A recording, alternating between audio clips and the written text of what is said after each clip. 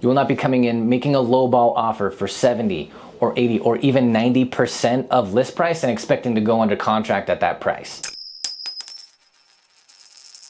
All right, how's it going, guys? I'm Christopher McGee. I am the owner of Halcyon Real Estate, affiliated with the Keller Williams Market Center in Salt Lake City, Utah. Today is the second day of June. We're into June. We're 1 month away from the middle of the year. Just 1 month until the end of this quarter. And things in the market are changing as this quarter comes to a close relative to what we saw in the first quarter. And I will lay that out in a video, of course, concluding this quarter. But for now, as always, in every numbers and nuance video, I'm gonna lay out for you kind of my bird's eye view of what's happening in our market here in Utah. And then I'll lay out for you the charts that I've got with data points pulled from the MLS and tracked over time so that you can see the trends of these data points over time and get a good feel overall for what our market is looking like. All right, so let's check this out.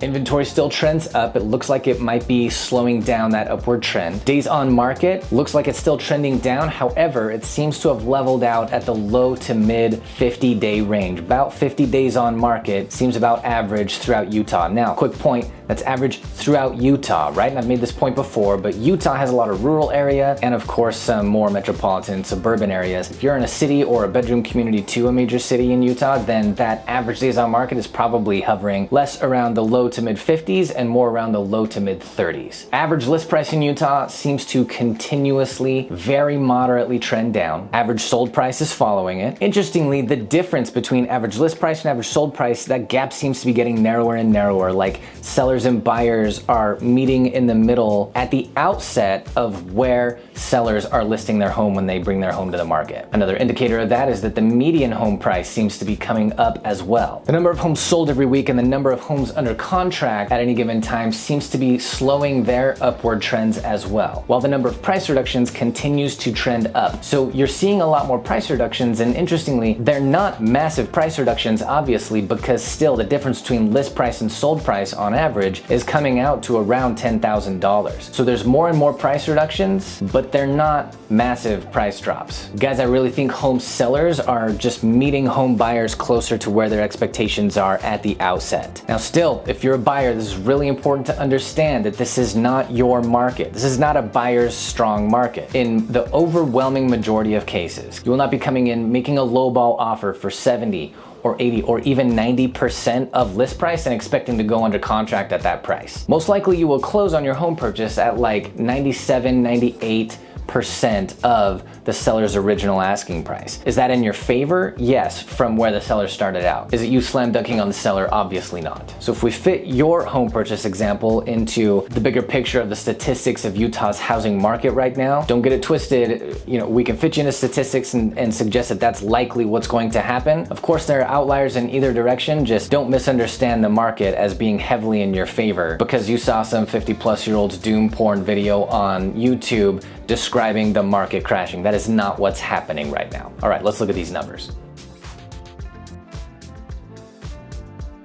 All right, here's where things are in the Utah housing market as of June 2nd, 2025. Current inventory stands at 12,581, which is down from the prior week, still trending up clearly. Prior week's average days on market came to 54, which is up from the previous week, trending down still, but it's looking like that trend is slowing down, hovering in the low to mid 50s, like I said. The prior week's average list price came to $720,438, down from the previous week, still continuing the slightest downtrend you can see. Last week's average sold price came in at $710,926, which is like our average list price, down from the previous week. The difference now between our average list price and average sold price last week came again in the buyer's favor to the tune of $9,512. Last week's median sold price came in at $547,500. That's up a significant jump, and it's looking like, if that trend continues, that median sold price, where most home buyers are experiencing a purchase price, is coming closer and closer to the average list price, which seems to be coming very moderately down. The number of homes sold in Utah last week came to 601, which is down from the previous week. Still trending up, but the last several weeks of data points here look to be slowing down that trend. The number of homes currently under contract in Utah comes to 5,598. That's down from last week. Trending up overall, as you can see, but also slowing down that trend. Last week, the number of price reductions on homes that were actively on the market, that number of price reductions reductions came to 1,531, which is up a pretty good jump from the previous week, continuing a really strong trend up in these price reductions. Last week, the number of listing contracts that were either canceled, expired, or withdrawn came to 569. That's up from last week for the first of the month spike we always expect, but also the spikes and the data points overall here have trended up for the last 4 months since March. And finally, interest rates for a 30-year fixed rate conventional loan are at 6.96% right now. That's down from last Monday's 7.02%. Really, we're hovering around 7% all year so far, and that just seems to be what it is. We've been as high as 7.24 on January 13th, as low as 6.72% on March 10th, and today we're sitting right now at 6.96%. And that's it for this week, guys. If you have any questions about any of those numbers or how I present it, just hit me in the comments. I'll be happy to respond. If those numbers are just a lot and you'd like it broken down for you,